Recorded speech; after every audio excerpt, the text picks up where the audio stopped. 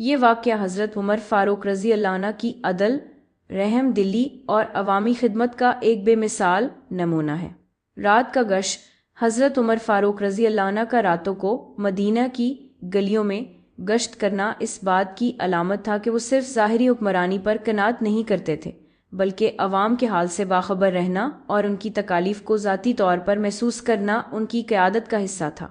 خالی ہنڈیا اور ماں کی بے بسی، وہ عورت جو بچوں کو بہلانے کے لیے خالی ہنڈیا میں پانی ابال رہی تھی، اس کی حالت نے حضرت عمر فاروق رضی اللہ عنہ کے دل کو چیر کر رکھ دیا۔ یہ منظر صرف غربت کا نہیں بلکہ ایک ماں کی بے بسی اور درد کا آئینہ تھا۔ خود سامان اٹھانا۔ جب خادم نے عرض کیا کہ وہ سامان اٹھا لے گا، حضرت عمر فاروق رضی اللہ عنہ نے فرمایا، قیامت کے دن میرا بوجھ بھی کیا تم اٹھاؤ گے؟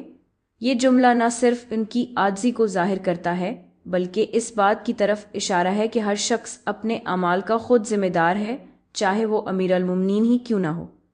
نتیجہ، خوشی کی جھلک۔ جب عورت اور بچے کھانے کی خوشبو اور حضرت عمر فاروق رضی اللہ عنہ کی شفقت سے سرشار ہوئے تو ان کی خوشی صرف پیٹ بھرنے کی نہیں تھی بلکہ اس بات کی تھی کہ کوئی ان کے درد کو محسوس کرنے والا بھی ہے۔